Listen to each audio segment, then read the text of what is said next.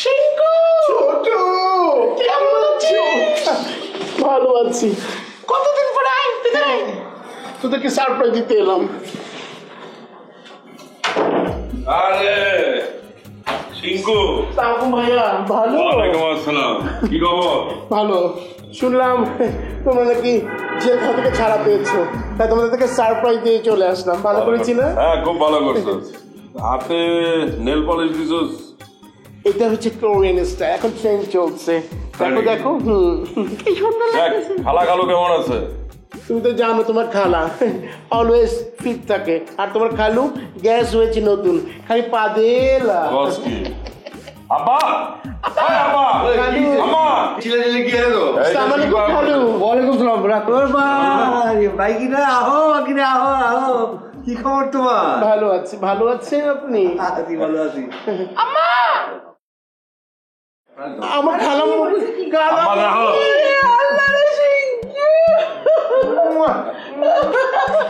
কেমন আছো তুমি? হায় রে আল্লাহ, আমার পুরাটা দা খেয়ে দেখে শুকিয়ে গেলে কানে হয়ে গেছে। তুই খাসটা ঠিক মতো? কিভাবে খাবো? তোমার ছোট বোন আমাকে বলছে ডায়েট কর ডায়েট কর, আর আমার বাবা অলওয়েজ গ্যাস চেম্বার। উনি চিকেন বিফ তারপর হচ্ছে কোনো রকম আমিষ খাবার বাসায় আনবে না, শুধু মূলা মূলা, কারণ উনি পাদেলা। তুই কথা চিন্তা করিস না, তুই আমার বাড়িতে যখন আইসা পড়ছস তখন তোরে খাওয়াই দেয় আবার আগের মতো ফিট করে ছাড়বো। এই জন্যই তো আমি চলে আসলাম, ভাবলাম ওদের সাথে দেখা হবে, ওদের সাথে খেলাধুলা হবে, আর তোমরা তো খাওয়া হবে, আমার আগের মতো ফিট হবে। হ্যাঁ ঠিক আছে বাকি না, তুমি থাকো, তোমার যতদিন মন চাই থাকো। আমি একটু গ্রামের বাড়ি যেতেছি, ওখানে আমার বাড়ির কাজ ধরছি তো, ওখানে যেতে হবে। তুমি যাওয়ার পরে আমি চলে আসবো। কোথাও যাওয়া যায় নাই, এখন একটাই যাওয়া তোমার, সেটা হচ্ছে বাজার, বাজার থেকে বাসায়। শোনো, আমার পোলাটা আসছে, গরু মাংস, খাসি মাংস, মুরগি ভাত, বড় বড় মাছ, বড় বড় মাছ, গলদা চিংড়ি। আর তুমি তো জানো আমার পোলা মিষ্টি খাইতে পছন্দ করে, রসমালাই। তুমি প্রতিদিন 3 কেজি করে রসমালাই নিয়ে আসবা। আর তোমার যদি মন চায় এক্সট্রা কোনো খাবার, অবশ্যই তুমি আনতে পারো, আমার কোনো সমস্যা নাই। তুমি তো ভুলে গেছো কি? সিংহ তো বড় পাঙ্গাস মাছ পছন্দ করে, পাঙ্গাস মাছ আর বোন বড়। বাকি না, তোমার মনির মুখে কিছু বলতে হবে না, সবাই বুঝছি। তোমার জন্য গরু, খাসি, মুরগি, বড় বড় মাছ, রসমালাই সব কিছু নিয়ে আসবো। প্রয়োজনে তোমার জন্য একটা আস্তা গরু নিয়ে আসবো। আল্লাহ কাছে তো পৌঁছে। এই আব্বা, কই যাও তুমি? বাজারে যাইতেছে, কয়ে গেল রাস্তায় বলে খালা আস্তে আস্তে খিদা লেগে গেছে, খাবার দাও। খাওয়া দাও তো আম্মা, তাড়াতাড়ি। এই হাত ধো। পরে হাত খাবার পরে হাত ধুতেই হবে, এত কষ্ট করে লাগে। বসো। বয় বয়। বলছি কি, ওই মেজো কই? মেজো ভাইয়া, এই ছোট ভাইয়া। আমি একটা বিষয় ভাইবা দেখলাম, সিংকুরেও কিন্তু আমরা আমাগো লাইনে কামে লাগাইতে পারি। খারাপ না, ও তো বেকারই আছে। ও আমগুলোকে থেকে ব্যবসাটা শিখা নিলে কিছুটা করে খাইতে পারে।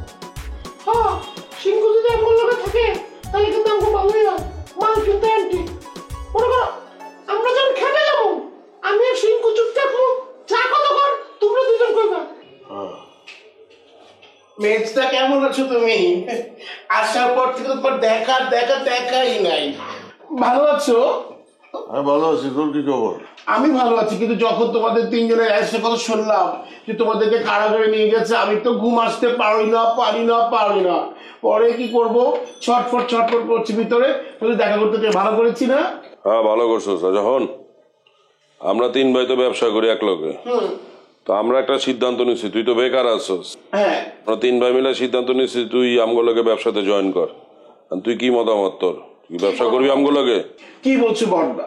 আমাকে নিয়ে তোমরা ভেবেছো আমি ব্যবসা করবো? কেন করবো না, অবশ্যই করব, কিন্তু আমার তো পুঁজি পাচ্ছে নাই। আরে পুঁজি লাগবো না, তোর বডি তোর পুঁজি। আমার বডি পুঁজি?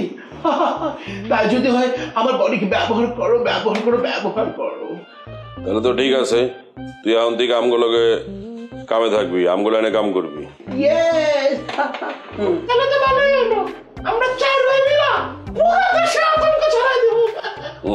আচ্ছা, বাই দ্য ওয়ে, আমার কাজটা কি হবে? শিঙ্কু, তোর কাজগুলো চিন্তা করতে হবে না, তুই যে নামগুলো কাজ যাবি, তোর কাজ বুঝাই দিবি। আচ্ছা ঠিক আছে ঝুঁকিকে নিয়ে যান